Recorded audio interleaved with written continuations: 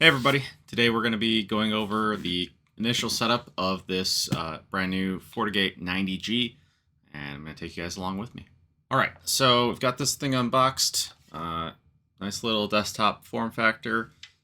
So first off, just ports. We've got our console port, USB port, we've got shared WAN connections, so you can only use either the copper port or the SFP slot of either this slot or this slot. I'm just going to be using the Ethernet ports, the copper ports, and I'll leave these stoppers in here for the SFP slots. And then you've got a hardware switch here with ports 1 through 6 set for the LAN, and then ports A and B set up for FortiLink, just to make things a little easier if you're using a Fortinet switch. You've also got this little nub here for the BLE Bluetooth, so you can connect to things like the Forti Explorer on your phone.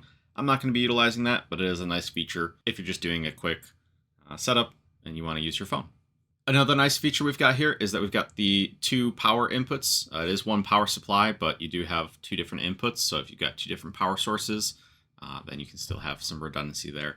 I will note that it only comes with 1 power cord, so you're only going to be able to use 1 out of the box. You'd have to go and buy more power cables to be able to utilize the second port. All right, so we've got the FortiGate set up. I'm hooked up into port 1, and I've got my home internet hooked into WAN 1. Nothing else has been changed, so we're going to hook into the default IP address of 192.168.1.99 on HTTPS. And it's going to have a cert issue just because the self-signed cert it's got.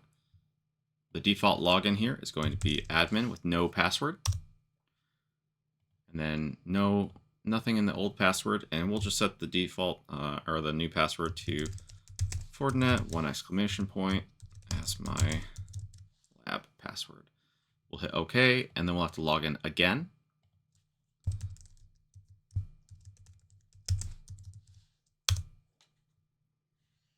So the first thing that we're going to see here is just part of the FortiGate setup. So the first thing is going to be setting up that host name and then verifying the dashboard setup.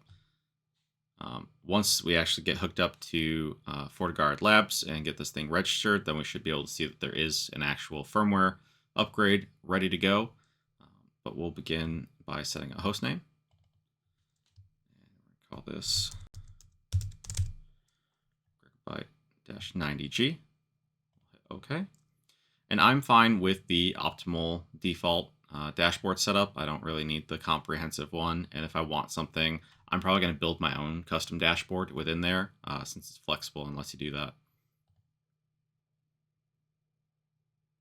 All right, so this is pretty standard for a new FortiOS version that pops up, and it's going to have a, what's new with this version of FortiOS. Usually just the main train, so it's going to be for the 7.0, 7.2, 7.4, and so on. So right now we're in the 7.0 field. Not going to get connectivity just because we just hooked this thing up. It's got other things that are more important, but I don't really want to see this again, so we'll hit OK. We can see that we do not have FortiCare support registered right now. We've got an issue over here on our network, and we've got some issues over here in our system. So before we even jump into all of that, let's just take a look at what is even in here. So here's our main dashboard. We see a bit about our system information, how hot this thing is running as far as CPU and memory, and then the sessions that are going on inside of here. We can even see the different administrators. So we've got one through our web, and that's our admin. We've got our security fabric. So as we hook up more Fortinet solutions together inside of that security fabric, we'll start seeing that. FortiGate Cloud is one of the ways that we can manage this device and also do logging with it. All of our different licenses, and again, that system information. So first thing, we'll just go check out the network. And I think I know exactly what this is going to tell us. So once I go inside of here, I don't see exactly what that is. Oh, right, there we go. So if I hover over here, we'll see that the IP address of interface LAN conflicts with the DHCP address received by interface WAN 1. So that's because my home internet is actually handing out the same IP space of 192.168.1.0/24. So we're going to go and change our LAN IP address on this device real quick. So to do that, we're just going to double click into LAN. And I'm just going to go over here and we'll change it over from .1 to .10. And I'll also update the DHCP that it will give out to also be in the same IP space. So now that I do that, I'm not going to change anything else. We'll hit OK at the bottom here. And then the only thing I'm going to have to do is change this over to .10. And I'm going to quick reseat this port on the FortiGate just so that it hands out a new IP address to me. That should happen pretty quickly. But I will try and get connected with this new IP address.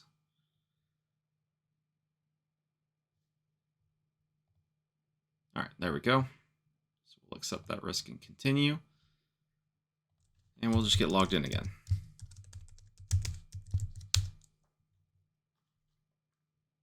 So now it's had a little bit more time to actually talk to the internet and FortiGuard Labs. It says, hey, there is new firmware out there, and you should also register this with FortiCare.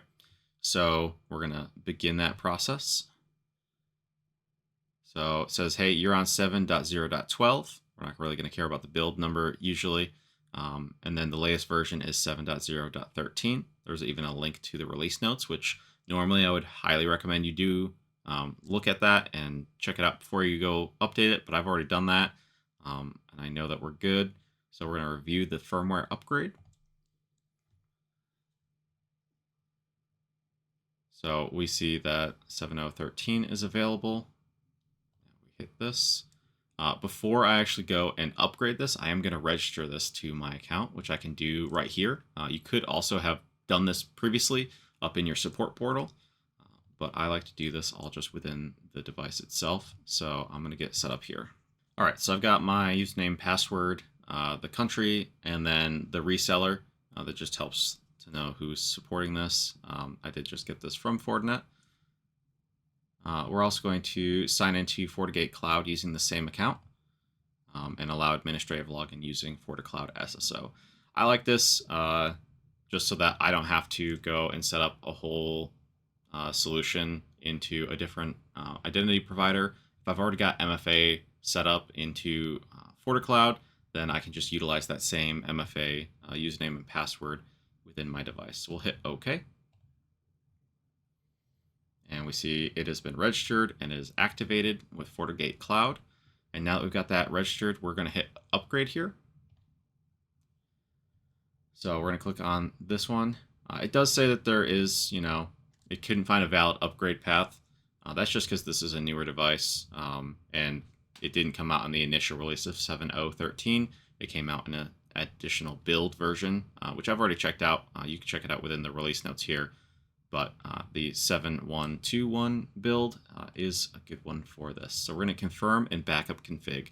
This is really important later in life. So 6 months to a year down the road, when you get a new firmware that comes out, if you've put in a lot of time and effort into how this device is configured, and say the upgrade does go wrong, having a backup of that config is going to help you save a lot of time. Doesn't happen often, but it's a nice little feature in there just to help you not have to worry about it. So upgrading the firmware is going to cause the system to reboot, and yes, we're fine with that.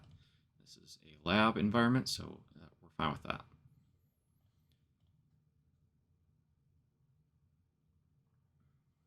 So now we're just going to wait. I think it takes between 3 to 5 minutes based on what I'm using. So I see down there in the corner, although I'm covering it up, is 2 o'clock right now. So we'll see what time it is once it's fully updated and rebooted and we're able to log in again. All right, so it is actually only been 2 minutes now, but we're already back into the login screen. So I could click to sign in with FortiCloud, and that's just going to send me over to the Fortinet support page to log in with my account that I already signed up with. We're just going to continue using this local login, just a little quicker and easier.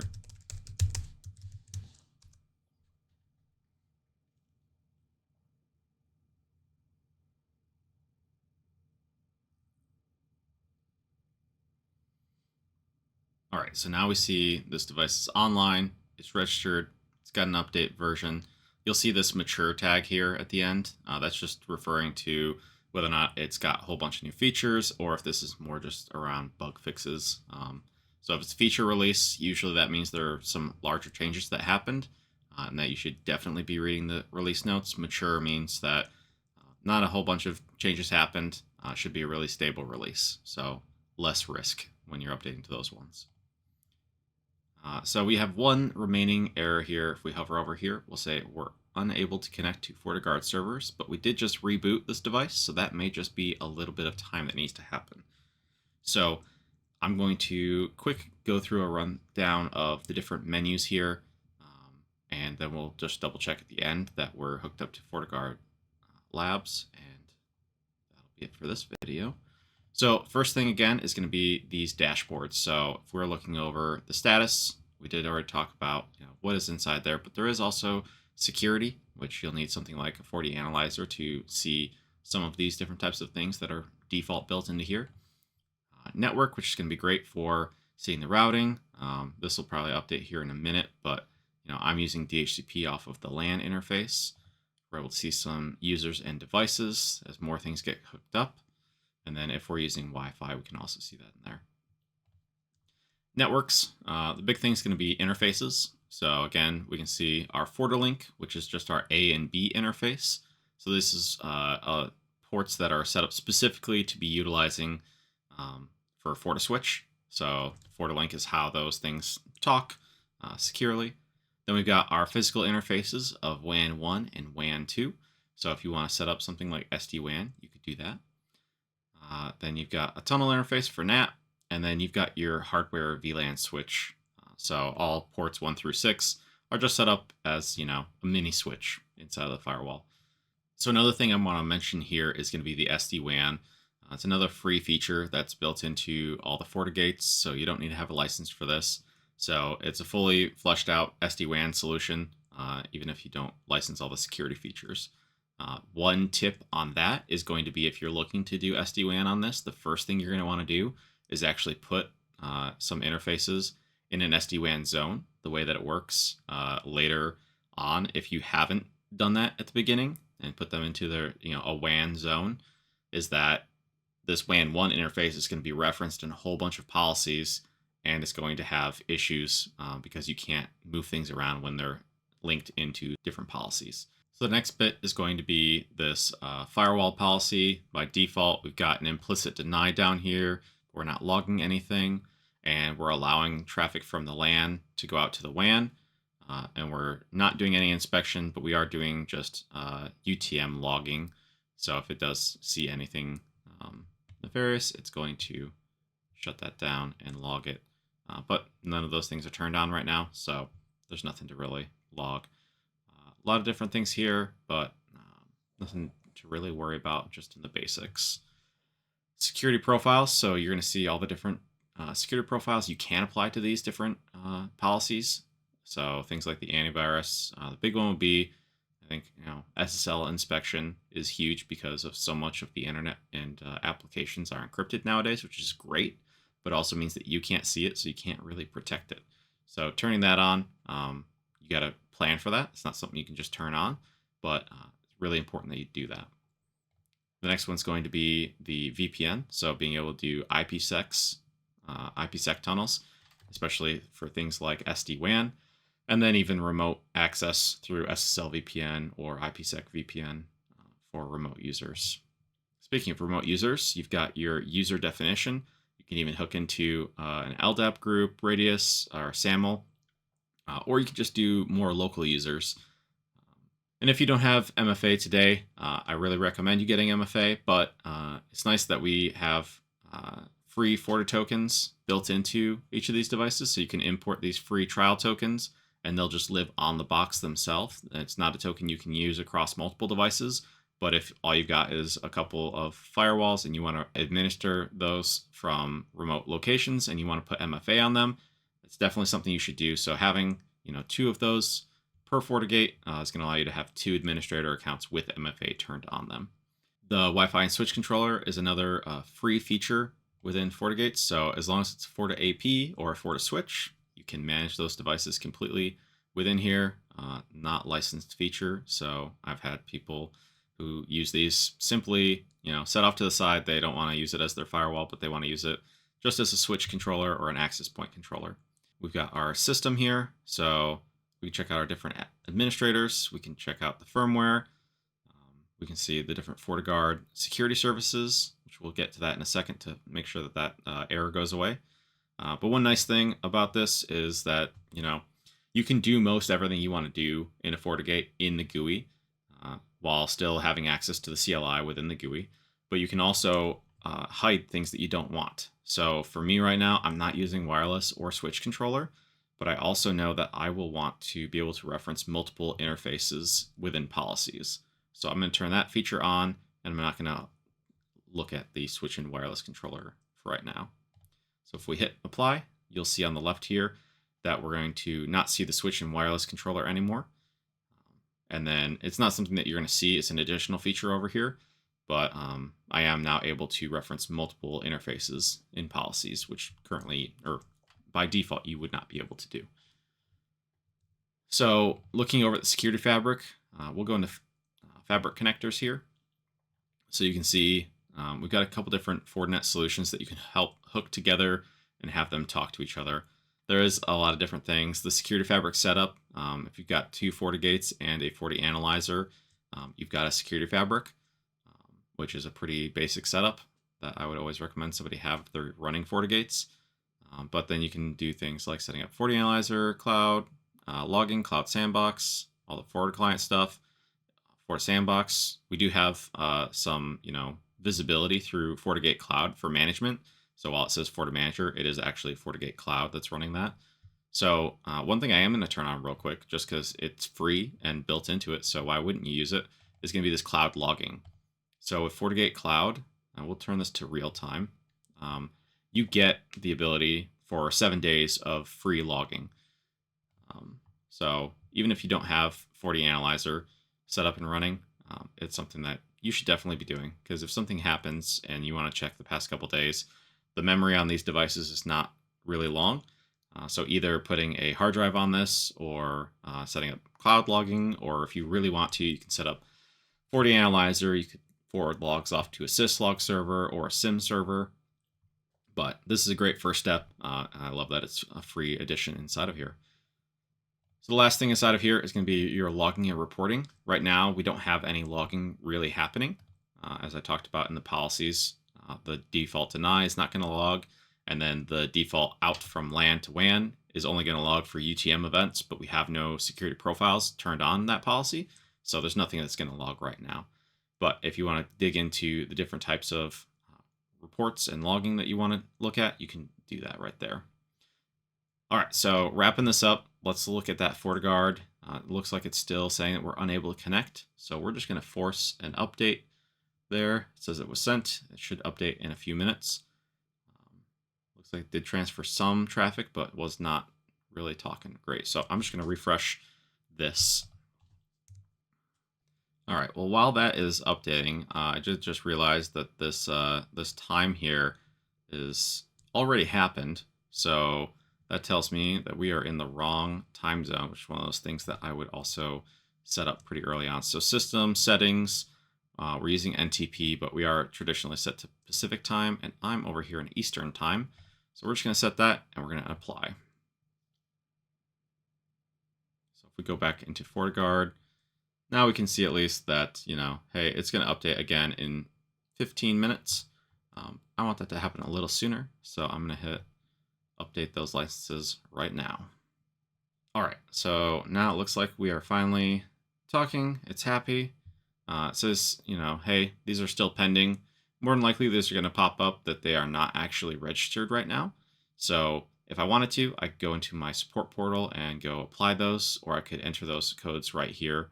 And using my account that I already linked this to, it's going to push that back up to FortiCloud. One other thing that I like to turn on is improving the IPS quality. So this is just going to be able to send those attack characteristics to FortiGuard servers. That's just going to help everybody get a little bit more secure. So that's one thing I like to do. Let's hit apply. All right. So that is just a quick run through of setting up a device, setting a few settings. We're going to go into each of these areas a lot more in future videos, but I just want to thank you for watching, and we'll see you next time. Thanks.